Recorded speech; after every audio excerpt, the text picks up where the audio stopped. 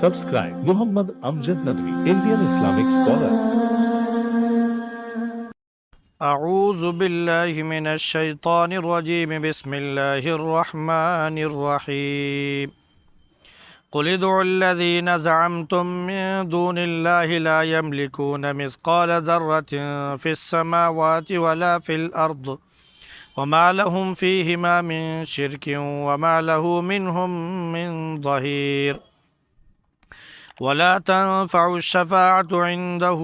إلا لمن أذن له حتى إذا فزع عن قلوبهم قالوا ماذا قال ربكم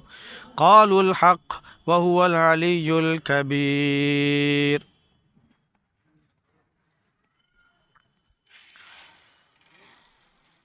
قل ادعوا الذين زعمتم من دون اللہ،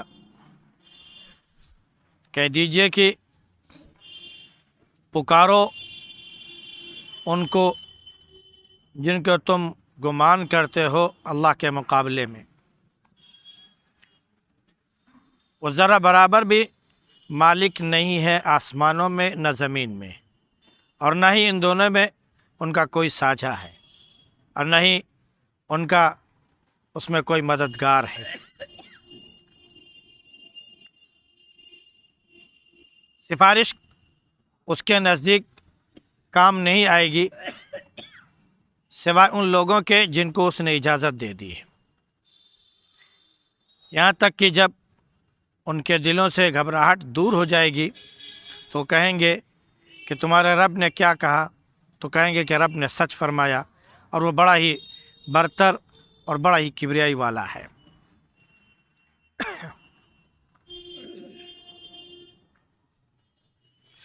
گزشتہ آیات میں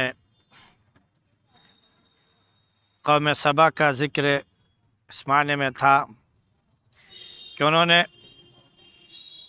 اللہ کی نعمتوں کی ناقدری کی،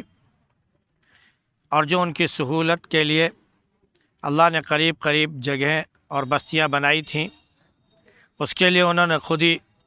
دعا کر دی کہ پروردگار اس میں مزہ نہیں آتا، سفر میں لطف نہیں آتا، بستیاں دور دور کر دے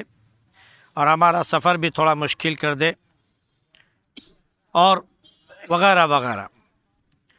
یہ سب انہوں نے اپنے اوپر گویا ظلم کیا، تو اللہ رب العزت نے ان کو ایک قصہ بنا دیا،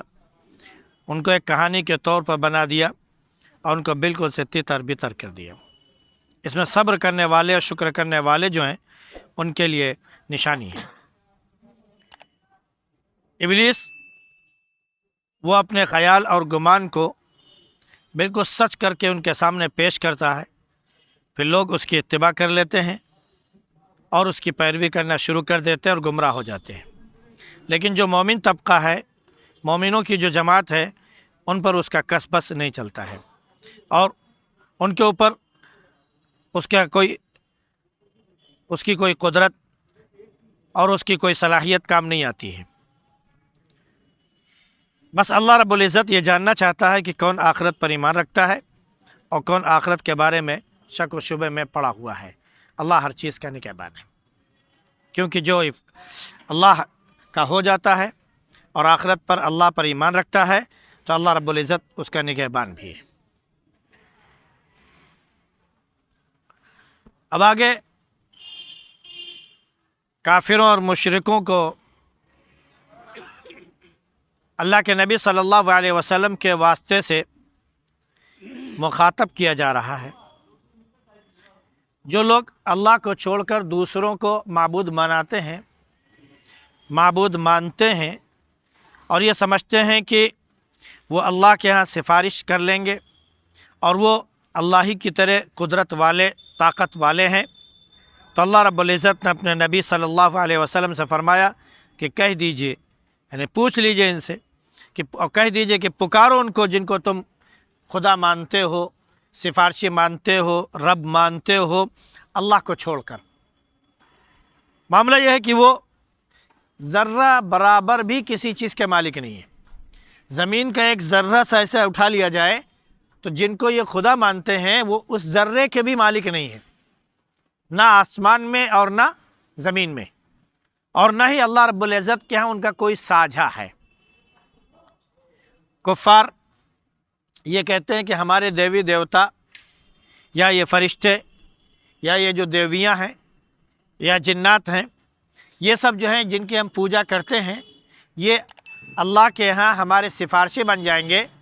ہمارے گناہ بخشوا کر ہم کو جنت میں اور سرگ میں لے جائیں گے۔ عیسائی کہتے ہیں کہ اللہ رب العزت کی خدائی اور اس کی طاقت اور قوت ختم ہو گئی ہے،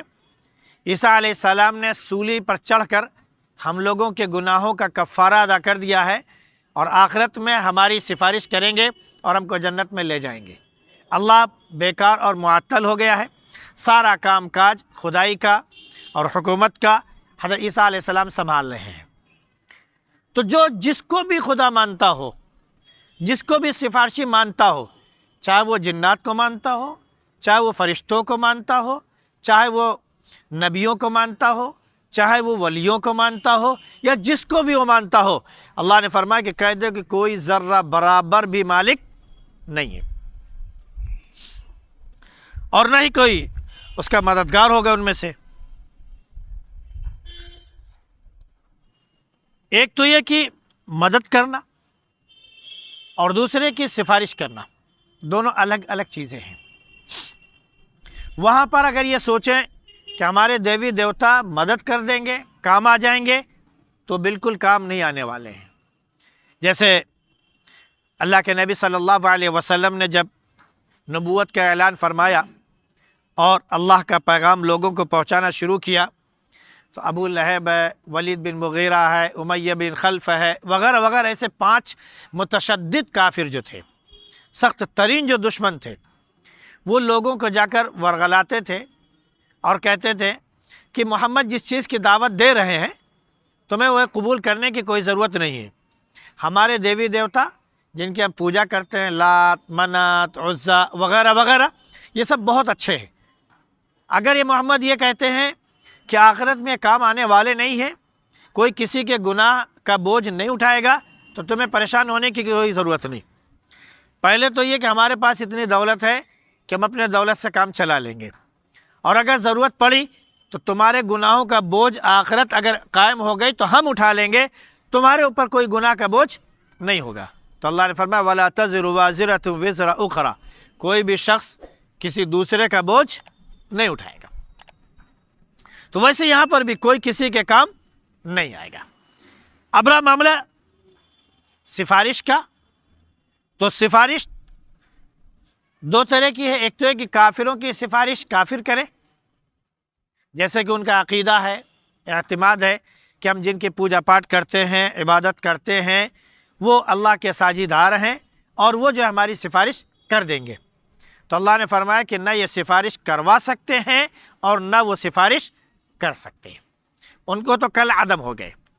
کوئی ان کے سلسلے میں وہی نہیں۔ اب سفارش کام آئے گی، کس کی کام آئے گی اور کن کے حق میں کام آئے گی؟ سفارش مومنوں کی کام آئے گی اور مومن کے حق میں ہی کام آئے گی۔ اب سفارش کے درجات ہیں کہ سب سے پہلے سفارش کون کرے گا؟ سب سے پہلے سفارش کا حق اللہ رب العزت جو ہے دیں گے تو انبیاء علیہ السلام کو دیں گے، اور انبیاء علیہ السلام میں بھی سب سے پہلے سفارش کا حق نبی کریم صلی اللہ علیہ وسلم کو حاصل ہوگا، اور یہ بھی اس وقت جب اللہ رب العزت اجازت مرحمت فرمائے گا، یعنی جب تک اللہ کی طرف سے اجازت نہیں ہوگی اس وقت تک کوئی بھی شخص سفارش نہیں کرے گا۔ حدیث شریف میں آتا ہے کہ ہر امت جو ہے اپنے اپنے انبیاء علیہ السلام کے پاس پہنچے گی کہ ہمارے حق میں سفارش کر دیجئے۔ انبیاء علیہ السلام بھی اس وقت جو انہوں نے دعوت کا فریضہ انجام دیا یا ان سے جو بھی کوئی ایسی چوک ہوئی ہو جو نبوت کے خلاف تو نہیں، لیکن اس کو وہ اپنے حق میں چوک سمجھتے ہوں، بھول سمجھتے ہوں، اس کی وجہ سے وہ ڈر رہے ہوں گے، وہ ڈر رہے ہوں گے کہ کیسے ہم سفارش کریں۔ مثال کے طور پر لوگ حضرت آدم علیہ السلام کے پاس جائیں گے تو کہیں گے کہ اللہ رب العزت نے ہم کو جنت میں جو ہے فلاں پھل جو ہے کھانے سے منع کیا تھا، ہم نے کھا لیا تھا، ہم سے گناہ ہو گیا، ہم کیسے سفارش کریں؟ موسیٰ علیہ السلام سے کہیں گے کہ آپ سفارش کر دیجئے، تو کہیں گے کہ طور پر جو ہے ہم جا رہے تھے تو اللہ رب العزت نے کہا تھا سب کو ساتھ لے آنا، ہم اکیلے چلے گئے تھے، حکم عدولی ہو گئی، ہم کیسے سفارش کریں، ہمت نہیں ہے۔ عیسیٰ علیہ السلام سے کہا جائے گا تو کہا جائے گا، بعض لوگ کہتے ہیں کہ مرتے وقت جب ان کے وفات کا وقت قریب ہوا تو ان کے پاس سوئی اور دھاگا وغیرہ جیب میں موجود تھا، تو اس کی وجہ سے وہ 7ویں آسمان سے نیچے اتار دیا گیا، چوتھے پر وغیرہ وغیرہ جو بھی ہو، تو وہ کہیں گے کہ میرے پاس یہ رہ گیا، اس کی وجہ سے ذرا ہماری ہمت نہیں کہ ہم کیسے سفارش کریں۔ یہ تمام انبیاء علیہ الصلاۃ والسلام عذر کرتے کرتے آئیں گے، اور یہ عذر آئے گا نبی کریم صلی اللہ علیہ وسلم تک۔ جب نبی کریم صلی اللہ علیہ وسلم کے پاس یہ سفارش پہنچے گی تو آپ فرمائیں کہ ہاں میرے رب نے مجھے حکم دیا ہے سفارش کا، پھر آپ سجدے میں گر جائیں گے اور آپ اللہ رب العزت کے خوب تعریف فرمائیں گے، خوب کبریائی بیان کریں گے، خوب اس کی عظمت بیان کریں گے، خوب اس کی تسبیح بیان کریں گے۔ وہاں لفظ سفارش کا لفظ نہیں آ رہا ہے،